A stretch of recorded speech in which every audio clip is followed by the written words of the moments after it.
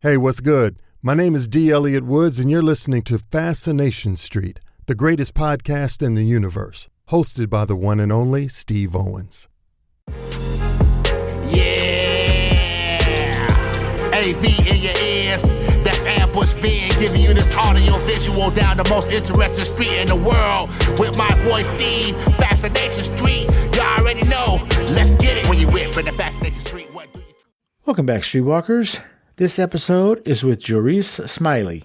Jaurice Smiley is an author who has released a couple of books so far. The first one is called Tourian, which took him over 10 years to write and get that thing out there. Then he released another one called The Royal Grey Box, which is a collection of short stories. And in this episode, we talk about Tourian and all of the things that it took to get this thing made. We talk about some of his influences, musically and visually, and some of the things that happened culturally that inspired him to write this character and this story.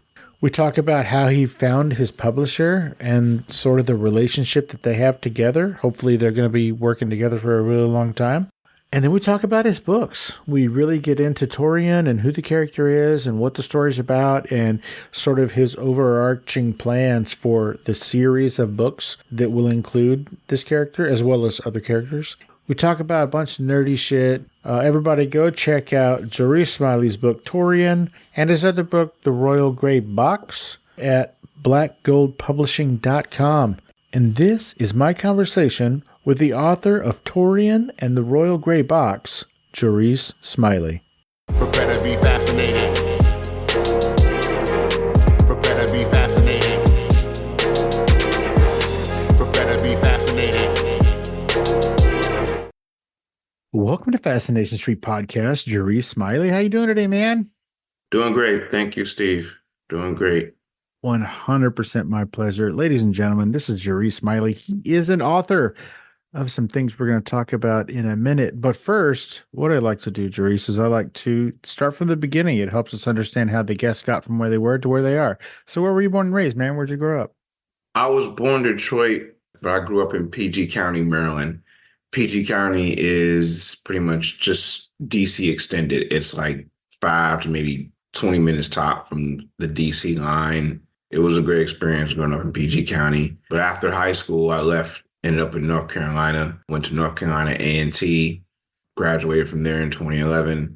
A&T is located in Greensboro, North Carolina, which is kind of in the eastern middle portion of the state. Above it is Raleigh, which is like closer to like Virginia and DC, and below it is Charlotte, which is like closer to South Carolina, Atlanta. So I was just living down there for a couple of years and traveled all across North Carolina and even to Florida sometimes. Then after that, I was kind of moving back and forth between like Texas, but even back to Maryland. And then eventually I was accepted to go to grad school out in Miami, which I looked at it and I got happy because it said Miami, and I looked at it again, it said Miami University out in Ohio. Then I got sad because it was Ohio. I got happy because I realized Ohio is right next to Michigan, so made a couple of phone calls, stayed with family for a period, and then eventually I was on my own in my own apartment living in Michigan while I was still going to grad school. Finished up that and graduated with a master's in creative writing in 2019, and as I was preparing to leave Michigan, I had to deal with some things, and then COVID happened and changed up everything for me. But during the COVID period is when an opportunity came to work on my first book, which I wrote that back in 2011. I held on to it for years, but COVID gave everyone in the world, especially during its infancy stages, a great deal of free time. And around that time, I was able to get in contact with my not get in contact, but I discovered them and contacted them, and the rest was history. They were fascinated with my book. You moved around a lot, like even in Texas, Maryland. Where were you? What was making you move all over the place? Like, why were you in Texas? Visiting family. Oh, okay. I had family down there. Where? Dallas. Oh, okay. Somewhere in Beaumont, which is like maybe an hour outside of Houston. Mm-hmm.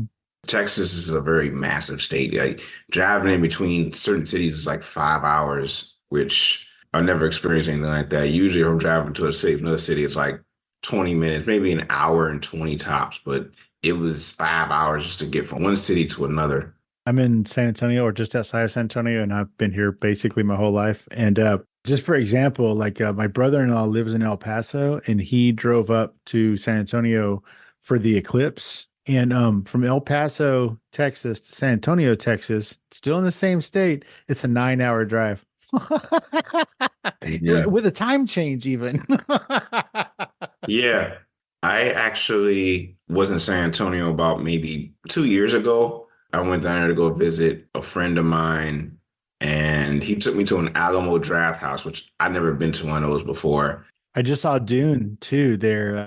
Cool. Love Alamo Draft House, man. That place is rad. Yeah, I've never experienced that. And the food and just the drinks, I was like, oh, wow, this is really nice. It's expensive as hell, but it's Yes. super fun. You are correct, Steve. It's quite. It's very expensive. Now, the ticket prices are about average, but the food, oh my gosh, this is so expensive. The food is an attack on your wallet for sure.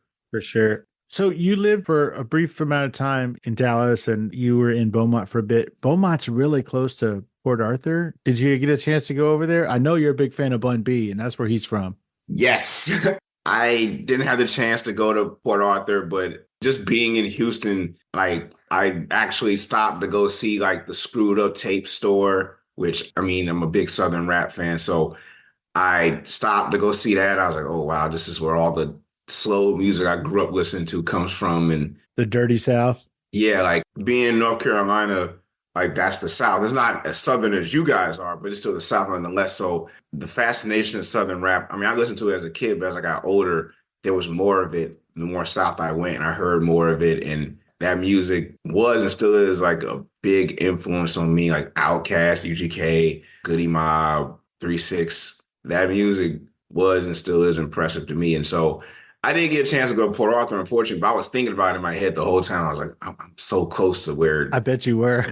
Yeah, it was just like stuck in my head like the entire time I was down there visiting fam. Like I'm in Houston, and you know, I saw the Screwed Up tapes, and it just was really like in my head a lot. But no, unfortunately, Steve, I did not get a chance to visit Port Arthur, but I was thinking about it. Well, the next time you're in Houston, I'm sure you're going to swing by Trill Burgers.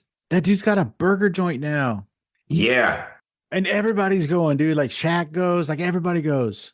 Yeah, it's definitely very popular. I didn't know Shaq, but I've seen like Drake go, and It's nuts, dude. Everybody goes. It's crazy. is he expanded to San Antonio? He's just in Houston. Nah, as far as I know, he's just, well, I know he's not in San Antonio, but I don't know if he's outside of Houston at all yet, but I'm sure he's going to be, because that spot is blowing up. Like it's all over the internet and Instagram. Like it's crazy. And every time they show anything about it, there's just a line out the door. So I'm sure he's going to be expanding. That's one of the main things I can say I enjoy about Texas. The food has always just been so upper echelon, amazing. When I remember I first went down there, I never experienced Whataburger. Oh, Yeah. that's my favorite. Open 24 hours, chili on the burger, beautiful. Years later, I didn't know they had In-N-Out. I thought that was California. And so I went to In-N-Out and I ate there, and I was like, I don't get the hype. It's good, but it's like, you know, they don't have those on the East Coast. It ain't a Whataburger. You don't have Whataburger either. Whataburger is rooted in Texas. It's not going anywhere. Yeah, but headquarters here in San Antonio. In-N-Out used to only be on the West Coast, but then like the founders, like the parents, they died. And then the kids who inherited it, they were like, nah, forget this. We're going to put it all over the place. And so now they're in San Antonio, they're in Dallas, they're everywhere now. I don't think there's any on the East Coast. It's more known for being on the West Coast, though. But they've been creeping across state lines. And so like seeing it out when I was in Dallas was really cool. Yeah, I think Whataburger is starting to creep that way too. Like they got a couple of Whataburgers. I think they have 1 or 2 in Alabama and like 1 in Florida. Like they're starting to creep that way. Whataburger is. Oh, big Texas thing. When you were here, did you go to a Buc-ee's? The gas station? Yeah. That massive gas station with like 40 gas pumps. Yes, I went there. They're building one right here in my little town outside of San Antonio. And the closest one to me is about 45 minutes away or something like that. And they have 80 gas pumps, 80. And big trucks like 18-wheelers, they're not even allowed to come because they blocked too many gas pumps. So it's 80 gas pumps. The gas is cheaper than anywhere else in the area. And this cracks me up because they have billboards for it all over the highways. They have 100 bathrooms. Like 100 people can go to the bathroom all at the same time. It is massive. Yeah, I mean, this was like when I went. This is back in 2016, but I did go, and I was like, "What's all these pumps? This is excessive." But I mean, I can't complain. I'm getting gas. And there's so many people in there. It's nuts, dude. Because like I was just driving by because I don't know, I'm just a snotty asshole, I guess. But I was like, why are all these people wearing gas station t-shirts? Because like everybody has Bucky t-shirts and stuff. And I'm like, who are these idiots that are just in love with a gas station? So I didn't go to one for God, it's probably a decade. And then finally I went to one because I needed gas and I was on my way somewhere. And I was like, oh my God, this place is amazing. This is the coolest thing I've. And then I was mad that it took me so long to go. Oh, back to the Dirty South just for a hot second. I don't know if you ever got to hear it or if it would even be your jam, but when Tony Parker, are you familiar with basketball at all? Not really, but I guess somewhat. I mean, I know who LeBron is, but I'm not like super invested like that. Okay. Well, a few years ago, back when San Antonio Spurs were winning championships, one of the guys they had on he's like half French, half American. His name is Tony Parker. And he won, I don't know, 3-4 championships or something like that. Well, like, I think it was in between his first and his second championship, he put out an album that was rap. And most of it is in French. I don't know. There's like 3 or 4 songs that are in English, and they feature some of the Dirty South dudes. And they even got Jamie Foxx on one of those tracks. And when that album came out, oh my God, I played that thing until the CD broke. I love that album so much. And I don't even speak French. I'm gonna have to look into that. I mean, especially like he had Jamie Foxx involved. Because Jamie Foxx is from Terrell, Texas. How far is that from San Antonio? It's probably 4 hours. Like it's a bit, yeah. Okay, so sorry. I've only ever been to North Carolina once, and that was like last October. We went to go visit some friends, and that place is gorgeous. We went to Charlotte, and I never been to North Carolina before. That place was so pretty. Everything was so green. I mean, it was a little bit cold because it was October, and I live in San Antonio, so it's always hot here. But man, and the people were so nice. Everywhere I went, it was sugar this and darling that and honey this, and I mean, everybody was just so sweet. Where are you now? Do you still live in North Carolina? No, I live in Maryland near DC. Oh, okay. Not too far from where I grew up at. My daughter was born in Bethesda. Is that far from where you are? Bethesda was like maybe, I'd say 25, 35 minutes, yeah. All right, cool. Not too far from Baltimore, you could say, but yeah, I know where Bethesda is. I've been there. All right, right. What did you want to be when you grew up, man? I know you went to college. What was the plan? What was your goal? Besides music, video games are my thing, and they still are. I wanted to make video games. I actually went to college to take engineering classes so I could make video games. Just that I didn't have fun doing that. Yeah, the coding part sucks, right? Playing the game is all fun, but when you're just writing code, you want to shoot yourself in the face. Yeah, I didn't have fun. And so eventually it got to a point where I wanted to pick something else. And so I took a few writing classes and I really enjoyed them. This was like in early 2008. I often tell people I graduated high school in 2007, but I consider myself to be more of a class of 2008 in a sense of 2008 was the year that honestly, it changed a lot of things for me as a person and put me on this path I am today. 2008, honestly, is a major significant year culture-wise, too.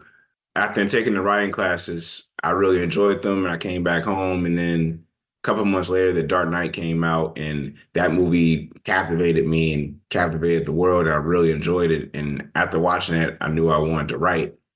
Also, in 2008, the first Iron Man came out, and which was the beginning of the MCU, which, I mean, today the MCU is pretty household. In one of my books, I have a story about a guy who takes his daughter into like a tournament for video games, like fighting games like Street Fighter, Mortal Kombat. In 2008, I started playing a particular game, Smash Brothers, like super seriously. Smash Brothers is Nintendo. Like Mario Brothers, Smash Brothers? Smash Brothers, yeah, it's based off Mario. Essentially, all the Nintendo characters like Mario, Pikachu, Link from Legend of Zelda, Bowser all fight each other and beat each other up. So it's like Street Fighter, but in the Mario universe? Yes, you could say that. Yes. And so, okay. But instead of like life bars like Street Fighter, they fight on platforms and the goal is to knock your opponent off the screen completely. The older games, they just had all Nintendo characters. Around the third game, they started putting characters from they put Sonic the Hedgehog in there. They put the guy from Metal Gear Solid in there.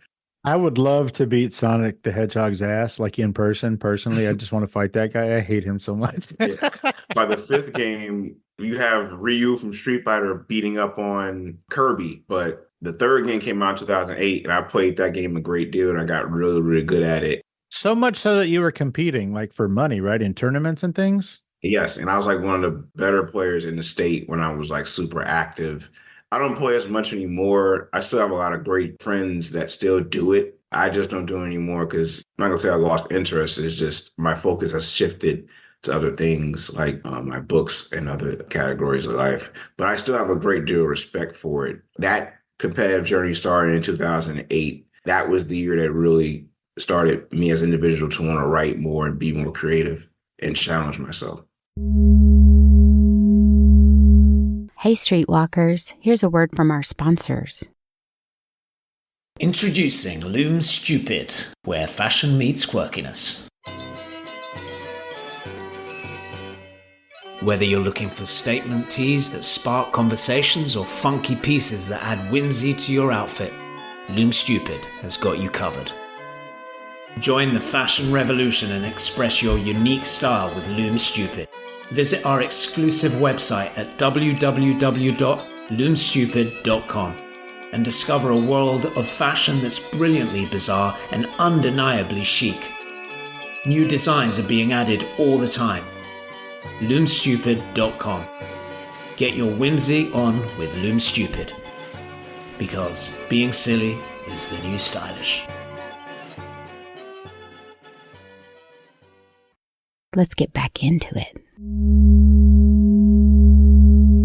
What's the biggest lesson or the biggest takeaway that you got from your time as a professional video game player? What do you think that added to your life's journey besides the money? I gotta be honest, there wasn't a lot of money in it. I'm going to cut that part out. It made you rich. Go ahead. I mean, it wasn't a lot of money in it. There still is not a lot of money in it because of reasons and popularity. But for me, I think the most important thing is the people, in a sense of like these people that you play with. You never know who you're running into and what type of friendship can evolve from that and how much that person can matter in your life and vice versa. So community? Community, yes. That is honestly the most essential part of it. I mean, that's what it calls itself. It's called the FGC, Fighting Game Community. Oh, well, there you go. You're right. That word is honestly the most important word, even more than the games themselves. The people that you meet, you never know who somebody is and what that person could mean to you and they could mean to your life. You know, we can't see the future, but you never know who you'll run into and what they could do for you. I've met people who I consider to be brothers. We didn't grow up in the same area. We don't come from the same family. We don't come from the same community, but brothers. They've been there for me for years and I've been there for them and we've been in the trenches. It's all love and it's all about growth. Not even as being a better player, but most importantly, being a better person and the things they can teach you. And of course, the things I've taught them and looking at them inspired me to be a better player and better person. And even to this day, my friends say, oh, you have a master's that's really impressive. And a lot of them went back to school. I met them in college. A lot of them went back to school and or took further steps in their career just off the strength of me, going back to school. That's how I feel about the podcasting community. There's so many people. Like I've been doing this for, I don't know, I'm like 7 years or something. And that's the best part is the people I've met and the people that I get to be friends with. And like you said, there's a bunch of them that, we help each other. We talk each other off the ledge sometimes. And yeah, it's like a family. I love the community aspect of whatever it is, whether it's video games or, even authors. There's an author community that I'm sure y'all help each other out. Yeah. So let's talk about writing. I think it's your first book. Is it called Tourian? Yes. Okay. Now, this is the book that you started in 2011. Yeah. But it didn't come out for a decade. Yep. Tell me the process. Well, first tell me what made you think you could write a book? Back in 2008, I wrote stories and I really enjoyed it. That's when, especially after watching Dark Knight, I realized that's what I wanted to do. And so while I was in college, I took more writing classes and eventually my major became creative writing. And I graduated at the end of 2011. With what'd you get? Bachelor of Arts in English Creative Writing. I mean, storytelling is always kind of something that's been intriguing to me. I mean, growing up in the 90s, video games have stories, anime have stories and things of that nature. I grew up watching all that, watching Dragon Ball, watching Tarantino movies. No, I was too young and I shouldn't have been watching, but it happens. Shout out to my mom for letting me watch them. Stuff like that influenced me in terms of like storytelling. And for me, storytelling was also, I realized people were really engrossed in stories. It felt like all the problems of the world, I'm not going to say vanished, but it was a smile on their face. It's a reprieve from real life. It's a reprieve.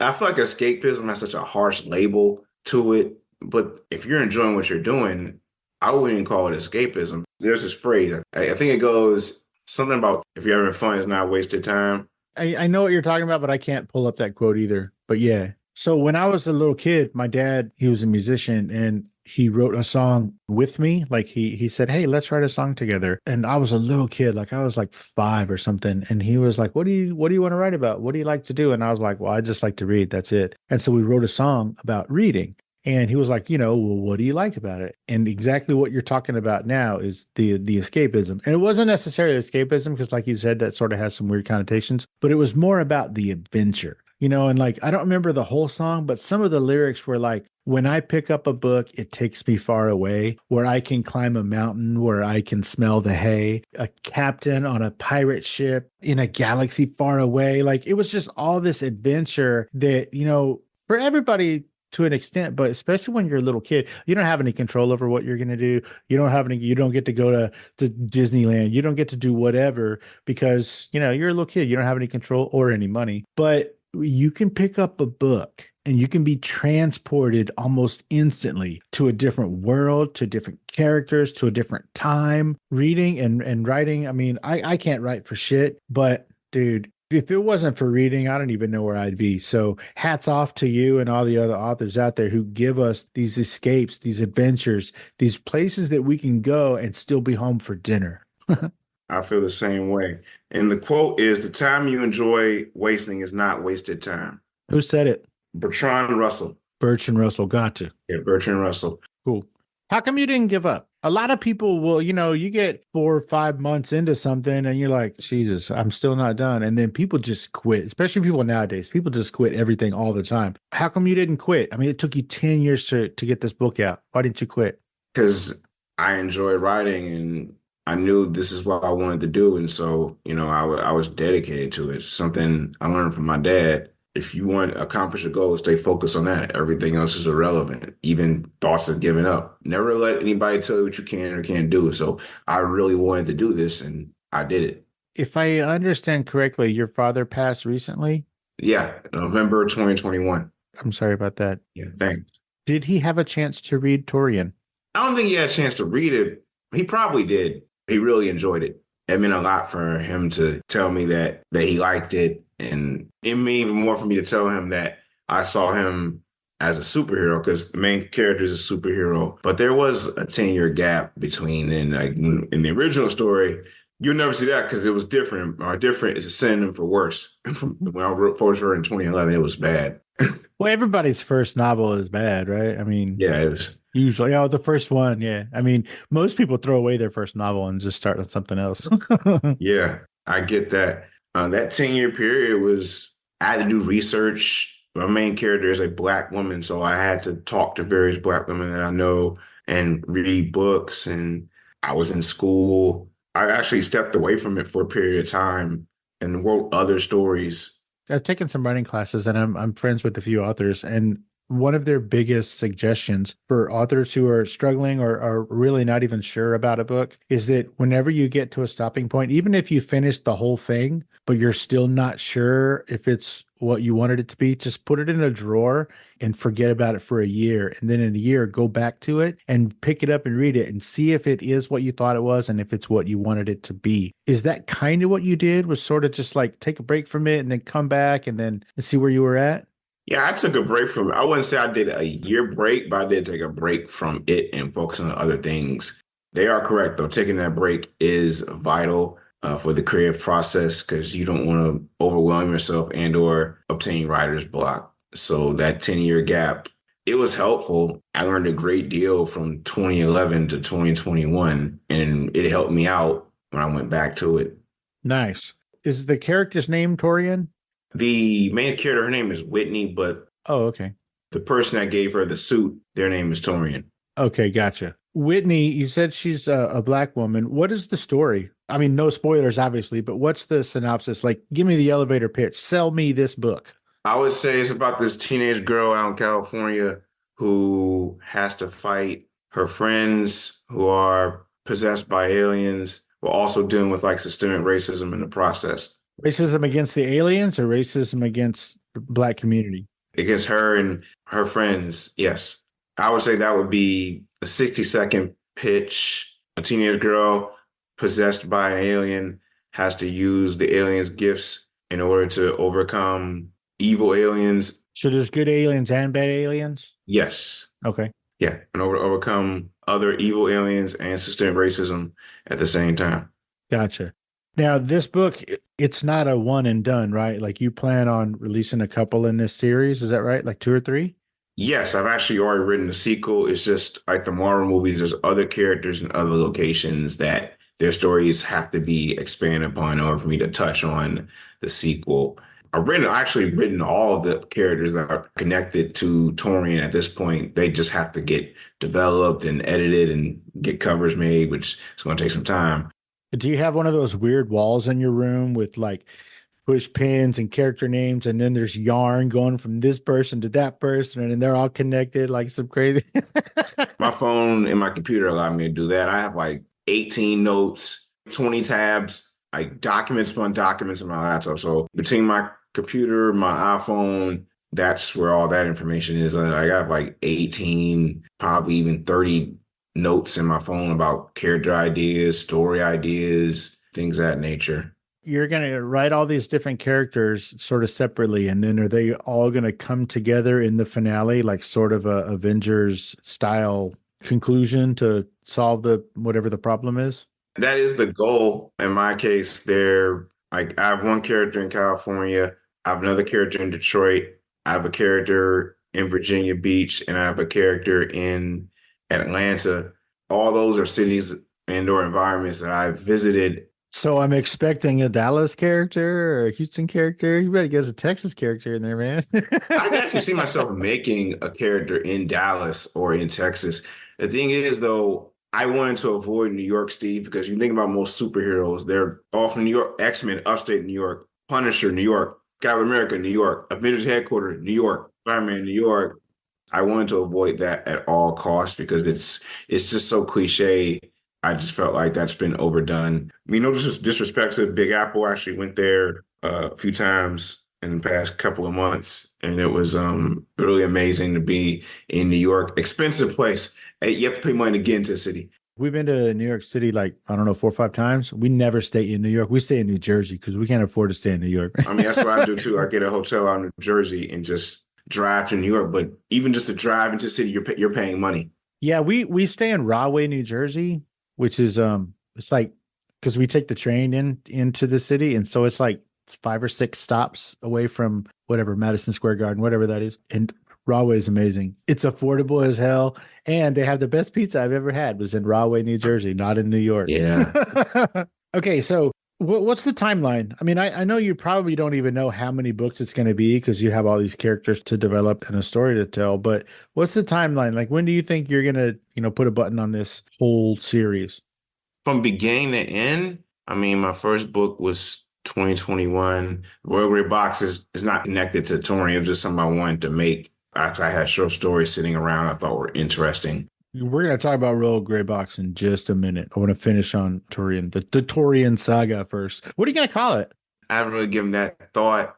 Honestly, I don't want to build like a DC style universe. I just did have characters I thought would be interesting with their own unique stories. I thought putting them together would be a good idea. Now, somebody wants to take them, kind of like Marvel, like these characters, they've existed. I mean, Iron Man, Captain America, they go back to like the World War II era when they were making their comic books. Of course, Marvel is a business that eventually all its characters start coming together under the Marvel umbrella, but I don't see myself doing something like that where I built this massive, massive universe with all these characters and things of that nature. I just wanted to, have some characters that based off of things I thought were cool, which even when it comes to Tourian itself, to give a little bit further insight on that, Tourian comes from Metroid. The video game? Yeah. Tourian is actually the final area you go to and you fight like the final boss, Mother Brain. That's where the name comes from. And so, of course, I didn't want to just take Samus and make her black. I wanted to put my own unique twist in the character and see what I could do based off of my, love of Metroid, amongst other things. But Metroid was the biggest inspiration to Tourian. Like, even with my other superhero in Detroit, this game called Fatal Fury by a guy named Terry Bogard, who, with his brother, Andy Bogard, they go after a guy named Geese Howard who murdered their dad when they were a little boy, and they're like warriors. And then the one set in Atlanta is kind of based off Street Fighter. And like the main hero is modeled after a Street Fighter character, and the villains are modeled after Street Fighter characters, all while still being set in Atlanta. And the one in Virginia Beach is modeled after this game called Killer Instinct, another fighting game, which you can tell I really like fighting games. But Killer Instinct is this game that came out in the 90s, was kind of like a mashup of Mortal Kombat and Street Fighter. And one of the characters in the game was a character called Saberwolf, who was like a werewolf. And so my main character is like, I'm not going to say a werewolf, but he's really rooted in that ideology. Those games or things are really cool and interesting. And so I thought there could be something interesting to do with that. But I never wanted to see myself, have this massive universe of armies and armies of characters and things of that nature. Now, if somebody wants to come along and take those characters and do something with them, I can appreciate and respect that. That happens all the time. I mean, everything gets adapted and, Star Wars, Star Trek, like people take these characters and they create bigger worlds and bigger universes. I mean, Transformers is about to do a crossover with G.I. Joe. Oh, my goodness. Yeah, I don't know when, but the fact that's happening means they're expanding both of the worlds of those respective universes. But as far as me, I have a few superhero stories I want to tell, and then honestly, I can see myself backing away from it. I might dabble in it, but it wouldn't be like at the level of like a Tourian where I'm building up an entire world and an entire like character. I think that the JSU, we're going to call it the JSU, the Jaurice Smiley universe. I think that sounds amazing. Hey, Streetwalkers, here's a word from our sponsors. Let's get back into it.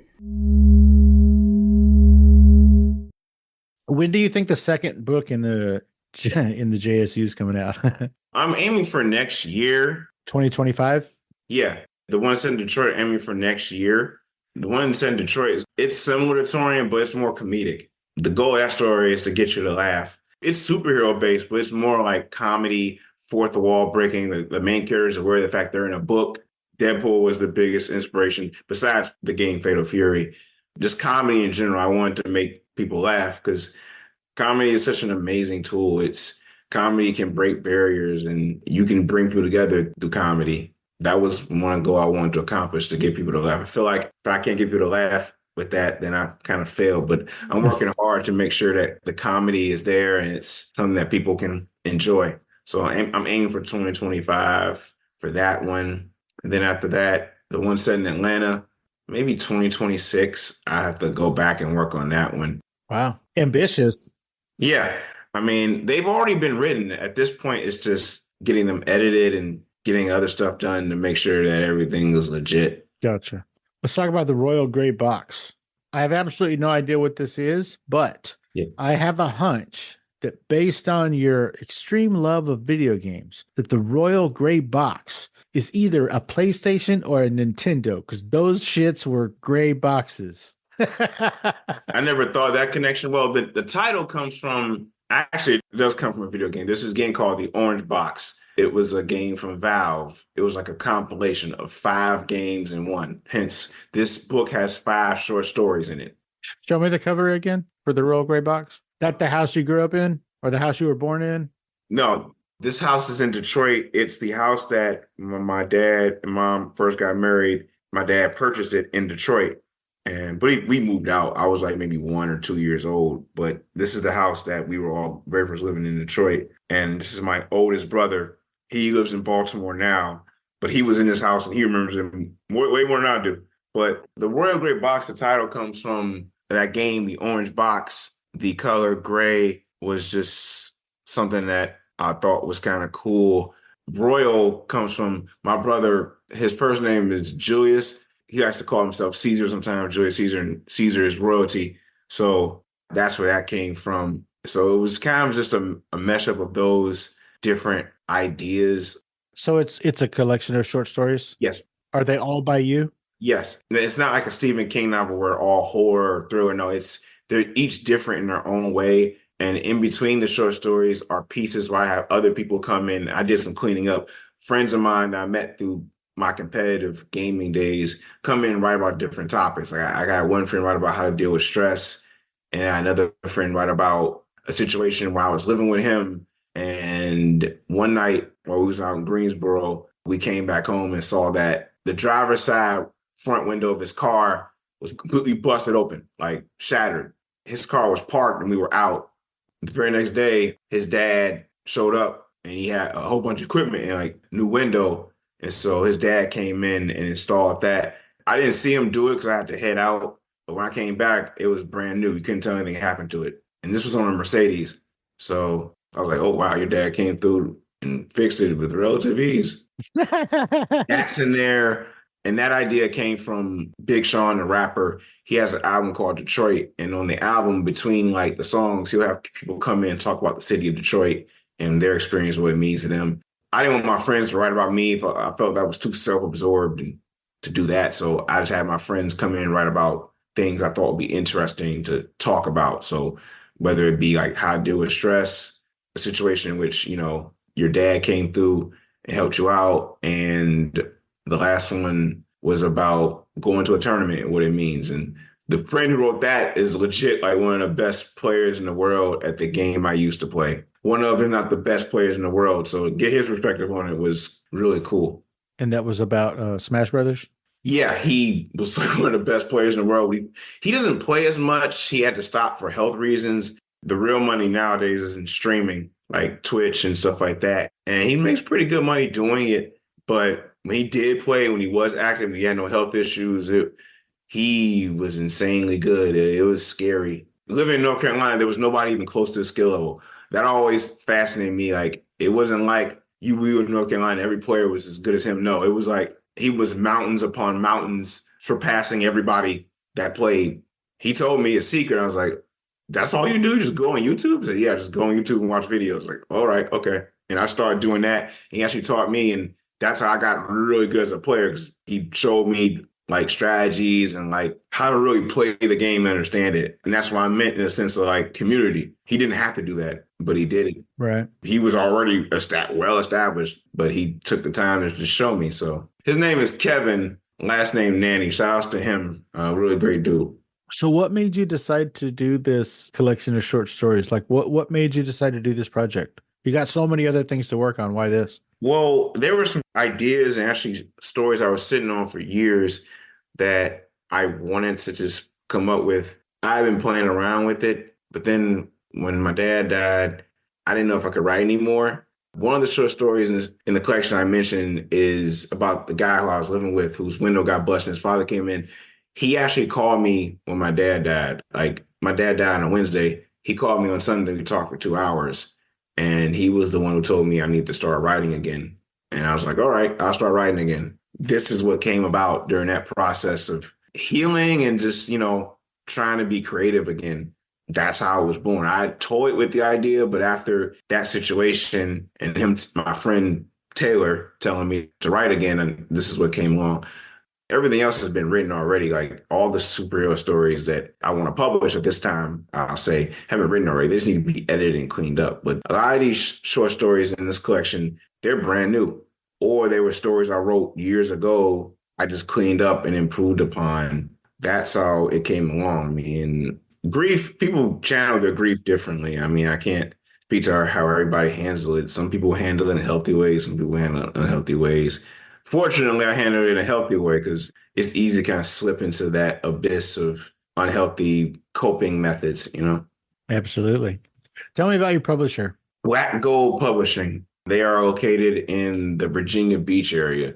You said earlier that you kind of found them. How did that work? A friend of mine had published a book, and I was curious. I reached out to him off the strength of him. My his name is Teddy. Shout outs to him. He's a really funny dude. Theodore is his name, Teddy. He had published a book with them, And it was a comedy book because he's like, again, a really funny dude. And so I reached out to him around like February 2020. And so they accepted me. They wanted to work with me in February 2020. So I wasn't sure, how am I going to have time to write this book? And then a month later, stay indoors. It's like, oh, now I have the time to write this book. The first book, the heavy edits came during peak lockdown time from like March to like June. I was done by July, but the heavy Tourian edits happened during the legit beginning of COVID. I mean, COVID started bubbling up in February, but it became official in March. Around that time is when they accepted me. I started working on it. And then maybe like a week later, they said, stay indoors. COVID is real. People was buying up all the paper towels and sanitizers. So did you reach out to them and say, hey, I got a book? And then they said, cool, let me see it. Or did you just mail, like, how does it? Because I know back in the olden days, people would just like send a manuscript, print the whole book and just send it to a publisher. And they don't do that now. So how did you get them to even pay attention to you? Did you get Teddy to help you? He gave me their contact info. So I sent them an email. I sent them pretty much like the opening scene, and they were, no pun intended, fascinated. So you sent them a sample? You sent them a piece? Yeah, pretty much like the opening scene. They like, this is remarkable. So, they worked with me to really help improve it. A lot of the ideas that I had to make it better, they really helped me evolve and flesh out. I actually wrote like 6 whole new scenes during that editing process. Oh, wow. The stuff that, honestly, I wasn't thinking of, but stuff that they helped to guide me in a better way and expand upon to really kind of highlight what I wanted to get across. Gotcha. Name of the publisher is Black Gold? Black Gold Publishing, all one word. I actually went to go visit them, I'll say April last year. They're really cool because when I first started working, I was living in Michigan and I couldn't leave because, COVID. But when I relocated, I made it a mission to go see them, and I did April last year. Shout outs to them for helping me make Tourian and my second book a lot better. Do you have a book deal with them? Like, are they automatically going to publish the next in the series, the one about the dude in Detroit, or it's a book by book kind of a situation? They love the superhero stuff because the superhero stuff is super marketable. I didn't write superheroes because I want to cash in on the trend. It was just, I thought it would be cool to have these characters, and even in a broader scope, I can say going back to like watching anime and playing video games, those things are great. But as I got older, I realized there wasn't a lot of people that looked like me in those. And I mean, when Black Panther came out, it was such a big deal. I understand why, because it was it was a superhero movie, but to see that type of representation for a character on a big scale too, like on a massive epic scale. Yeah. That makes sense. Yeah. But going back to Black Gold, I've been working with them since 2020. What I can say is they want to continue working with me, and they do what they can. I don't have a contract with them. But you have a relationship with them. I have a really great relationship with them, and they've opened doors for me and things of that nature. That's awesome. Besides Amazon, tell everybody where to go to get this book. Besides Amazon, Black Gold Publishing has a website. All one word, blackgoldpublishing.com. Okay. You can obtain both books, Tourian and The Royal Grey Box. Is there a Jaurice Smiley website? I mean, there's social media. If you want to follow me on IG, it's 313 Snake. Facebook, Jaurice Smiley. I know you're super into video games and all that and comic books and whatever. I know you're a fan of Dragon Ball Z. Yes. There is a company called Ice Shaker, and they make insulated cups, kind of like a Yeti or a Stanley Cup or whatever, except they're way better. Yeah. And they just released it like 2-3 weeks ago, and I bought one for my son, who's like 2-3 years younger than you. They have a couple of Dragon Ball Z cups. They got Vegeta, but they also got Goku. It's a dope-ass cup. It's this big insulated cup. It's like 26 ounces or something like that, but they're like engraved into the cup. It's sick, dude. Oh, my God. I think you'll love it. You should look into it. Check it out. What's the name of it again? It's an Ice Shaker. ICESHAKER. IceShaker.com. Yeah, and if you just go into the search bar and put in like Dragon Ball or whatever, then the 2 options will come up. You get all different colors and whatnot. The guy who owns that company, he's a former guest of my show, and they used to sponsor it. They don't sponsor it anymore. I just thought that was really cool, so I wanted to share it because I know you like that kind of stuff, as does my son. But I just thought that was really cool. So check that out. You might enjoy it. Those cups are amazing. If you just make yourself an ice water and then you put it by the side of your bed when you go to sleep, the next night when you're going to sleep, it's still ice water. It's crazy. I love that. It's so dope. So you told us where we can go to get the book, and that is at blackgoldpublishing.com. And then you told us your Instagram handles, Yes. Jaurice. Before I let you go, is there anything we didn't talk about or I didn't ask you about that you specifically wanted to talk about today? Like, did I miss something? Did we cover the big bits? I would say I think we cover everything. What I can say is, I guess going back to Tourian real briefly, yeah, it was written between that 10 years. And some of the other influences beside Metroid, just to touch on those briefly, because the systemic racism in the book is, have you ever heard of the school to prison pipeline? Uh-huh. That's the systemic racism in the book. She is fighting that, which that's something I always wanted to talk about because the reason is why it's set in California is because there was a situation about a man, his name was Kelly Thomas, homeless schizophrenic man who was murdered by the police. Yeah, he was a white dude, right? Yeah, white dude, homeless, schizophrenic. Were the cops white too? I don't know. I can't really remember, but I just remember Okay. that he homeless, schizophrenic white man murdered by the police. And of course, the cops were found not guilty because, you know, it happens. But that was the key reason why I said it there. Besides California just being a cool place. And again, not New York. We want to avoid that. But some of the other influences, like Naruto was a big influence, which that was kind of the new age Dragon Ball Z to the kids. Probably still is. I haven't kept up with anime more recently, but I think that's pretty much it. That's all, just to get more detail about Tourian and some of the influences. Because Metroid is cool, but Metroid is just one aspect of Tourian. And again, shout out to Nintendo for making Metroid. Sure. One thing I did say we were going to talk about, and then I never asked you about it. Tell me about the guy who drew the cover art. William? Oh, yeah. His name is William. On IG, his name is Wally V. Wollyv. I met him when I was living in Charlotte. To add to your point about your experience in Charlotte, what I can say is Charlotte is like trying to be like Atlanta. Keyword on trying. Still have a long way to go. Atlanta's so nice, but Charlotte really is trying to be like Atlanta. And he's out in Charlotte. I met him at an NC Comic-Con out in Durham back in 2014, November. And he drew a picture of a character from Naruto for me on commission. And so I kept it. And I still kept in contact with him throughout the years. Originally, I wanted him to write the opening scene of the book as a comic, but then the book offer came along. And so I asked him to write this cover. And we spent like, again, that COVID time, like a good portion of summer 2020 working on this cover for the book. And all this, mind you, he was still in North Carolina, I was in Michigan. So it wasn't like I was down the street from him. All this was like over emails, over the phone, while we were both knee deep in COVID. And I don't have a family or kids. He has that. He was still able to do this and, you know, take care of his family during the beginning stages of the pandemic. So shout out to William, aka Wally V. He's a remarkable artist. So he did the covers for both Tourian and the Royal Grey Box. Yes. And I'm assuming that since you have a relationship with this guy, he's probably going to be doing some more covers for you in the future. Yeah. William, he's remarkable. I give him all the kudos I can. I never have opportunity to mention, like, you know, who made the cover. I didn't draw it. I wish I could draw that good. Dear goodness, stick figures. It's terrible. But he was the one who really helped bring it to life, you know. I get just me confidence about the cover than I do about the story because people really like this cover. The face of the cover, the girl on the cover is actually this girl, because the main character is named Whitney, but the real life Whitney I met when I was in college, Whitney Wright is her name, which is funny because she has a superhero name. I met her when I was in college. And she had the same major as me, but she just graduated a little bit after me. I asked, can I use her face? And can I use her name? She said, yeah. So, you know, that's her on the cover. That's something I've done with a lot of my covers. I ask my family and friends, can I use their faces? And they say, yeah. So cool. Well, I love it. The artwork on those two books is really great, particularly Tourian. That's really creative. It looks dope as hell.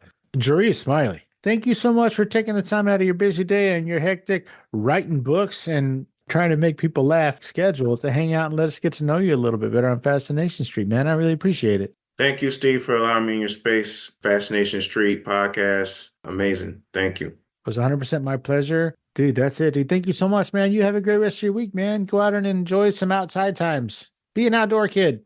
Yep. Thank you, Steve. All right. Thanks a lot, man. Take it easy. All right. Bye.